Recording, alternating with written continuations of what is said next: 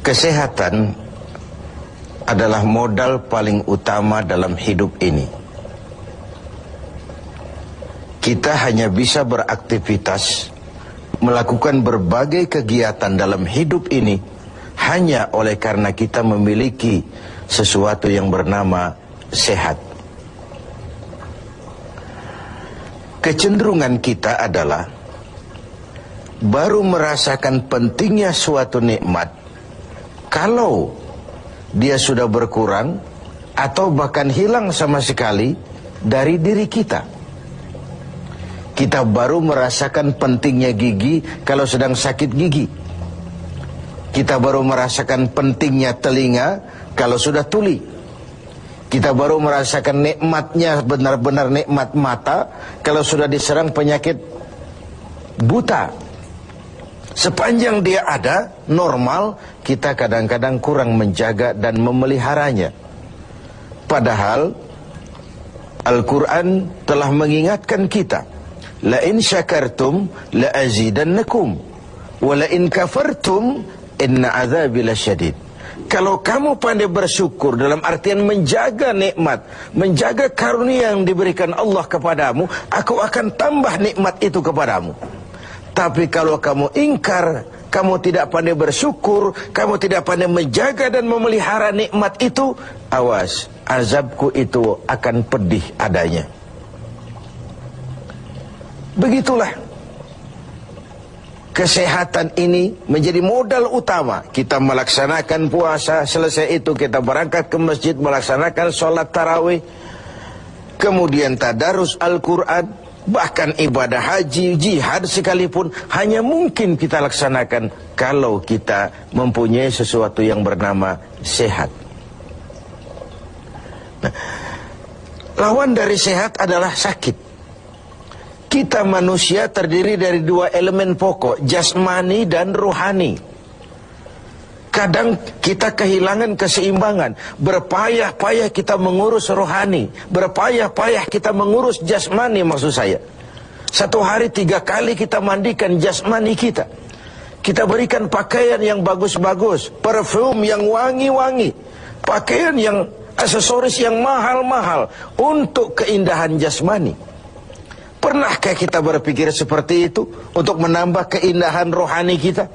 Kita hiasi dengan sifat-sifat yang baik, dengan sabar, dengan ikhlas, dengan tawadhu, dengan tasamuh, lapang dada, dan sebagainya.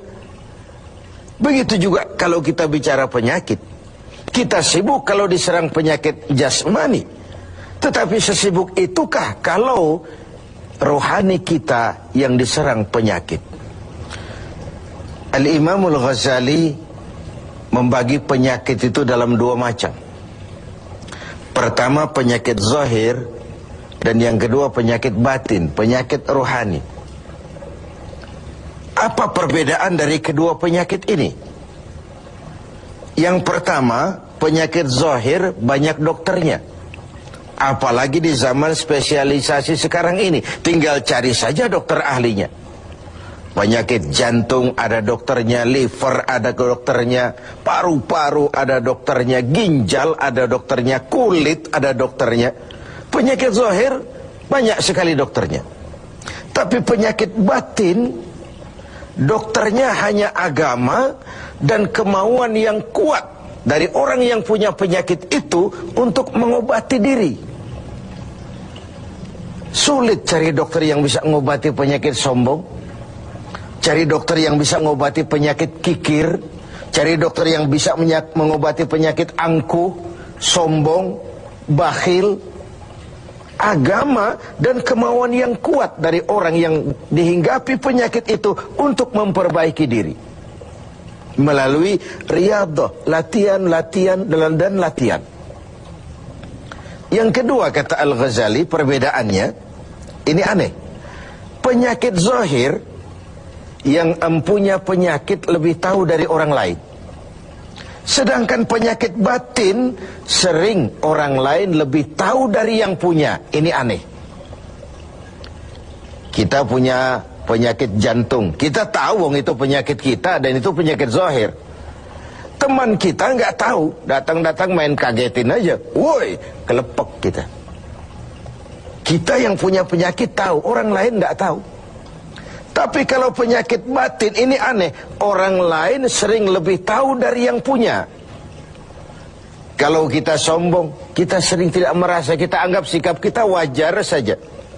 Kalau kita diserang penyakit pelit, kita tidak merasa, kita anggap wajar saja. Kalau kita diserang penyakit hasud, kita anggap wajar saja. Orang lain yang tahu. Karena itu sahabat Umar bin Khattab radhiyallahu an kerap kali kalau berkumpul dengan sahabat sering kali bertanya, kau lihat saya sombong apa tidak? Kau lihat saya pelit apa tidak? Kau lihat pada tingkah laku saya ada tanda-tanda kekafiran atau tidak? Kalau orang lain memberitahu itu kepada beliau, bukan main senangnya hati beliau. Tidak jarang yang memberitahu itu diberikan hadiah oleh beliau. Ini bedanya kita dengan Sayyidina Umar. Kita diberitahu orang marah, bukan main, kenapa gue lo urusin, diri lo aja beresin.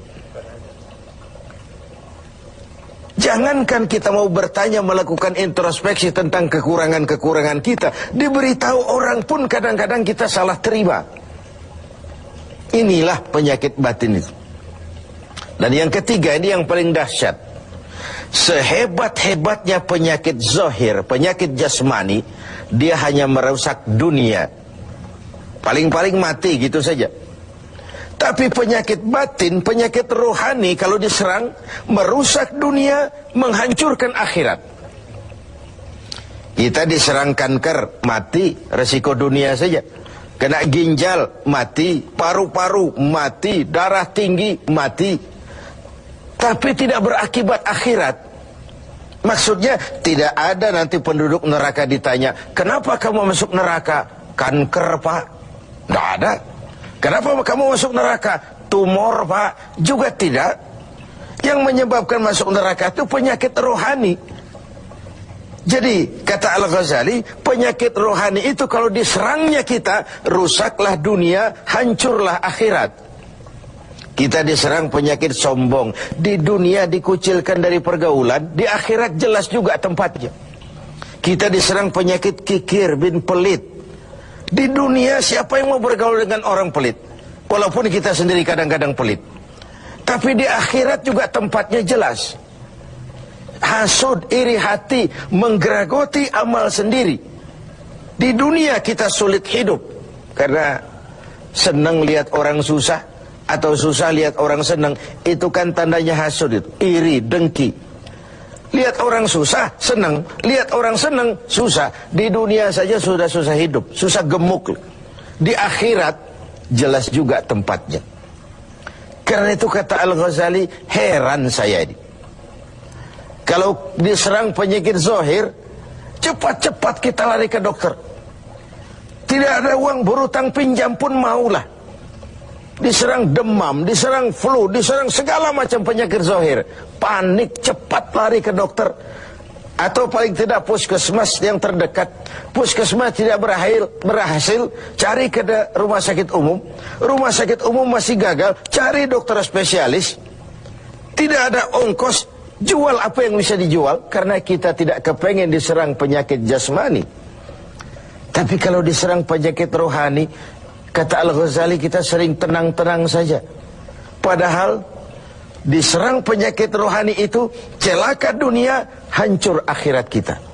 Sehingga beliau menghimbau, kalau kita begitu bersungguh-sungguh mengobati penyakit jasmani yang kalau diserang hanya merusak kehidupan dunia, betapa kita tidak akan lebih bersungguh-sungguh mencari obat penangkal penyakit yang kalau diserangnya kita, rusaklah dunia, hancur jugalah akhirat kelak.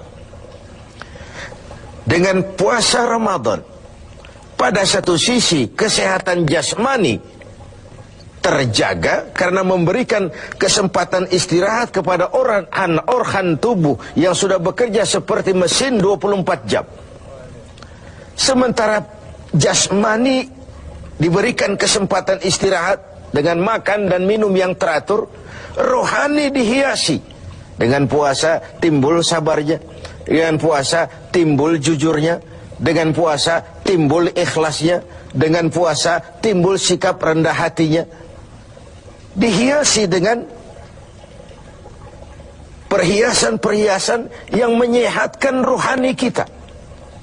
Inilah mana ucapan Nabi, sumu tasihu, berpuasalah kau, niscaya kau akan sehat. Bukan sekadar sehat jasmani, tapi juga sehat rohani. Karena itu kita sering berbangga dengan perhiasan jasmani, dengan berbagai merek yang kita pamerkan kepada teman-teman kita. Kita pakai jam tangan Rolex, kita pakai baju Versace, Gianni Versace, kita pakai tas Louis Vuitton, berpayah-payah kita menghiasi jasmani kita. Sementara rohani kita merana, rohani kita sakit, rohani kita kering kerontang, kita nyaris tidak pernah memberikan perhatian. Inilah Ramadan, nuansa di mana kita menumbuhkan keseimbangan antara pertumbuhan jasmani kita dengan kesehatan rohani kita. Kalau sehatlah jasmani dan sehatlah rohani, maka terciptalah keseimbangan, keindahan jasmani yang berpadu dengan keindahan rohani. Itulah bentuk yang kita dambakan dalam menjalani kehidupan ini. Semoga puasa yang kita laksanakan mengantarkan kita ke arah tumbuhnya kesehatan, kesehatan jasmani, dan lebih-lebih lagi kesehatan